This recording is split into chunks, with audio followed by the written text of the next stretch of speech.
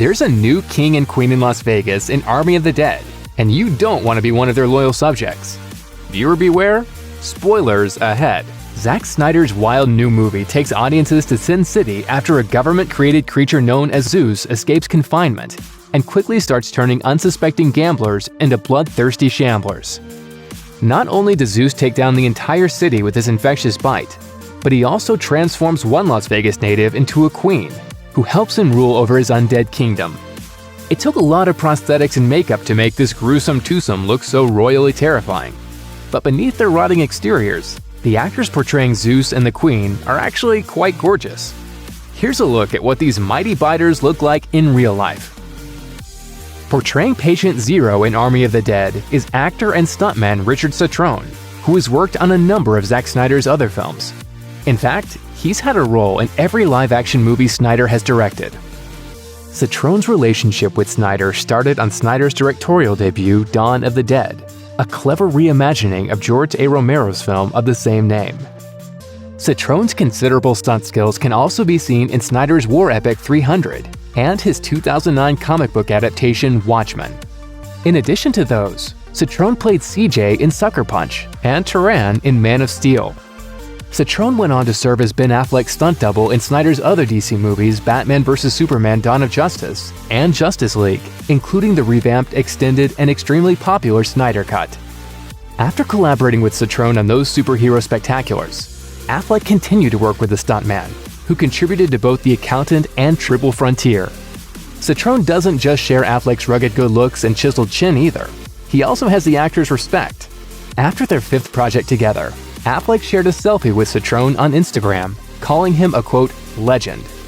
On top of all that, Cetrone has also been a key stunt player on several other high-profile projects, including Marvel's Iron Man, Thor, and Captain America: Civil War, which saw him doubling for Paul Bettany as Vision. He also lent his stunt expertise to Star Trek Into Darkness, Solo: A Star Wars Story, which again saw him doubling for Paul Bettany, and Underworld: Awakening, where he was unrecognizable as a Lycan. Cetrone also took on the villainous role of Big Daddy Mars in John Carpenter's Ghosts of Mars. On the TV side, Cetrone has worked on series like Buffy the Vampire Slayer, Sleepy Hollow, and The Mandalorian, and while Cetrone is gorgeous in real life, he's also proven that he can be quite effective underneath heavy prosthetics, including his horrifying portrayals of both the werewolf and the merman in The Cabin in the Woods. Oh, come on!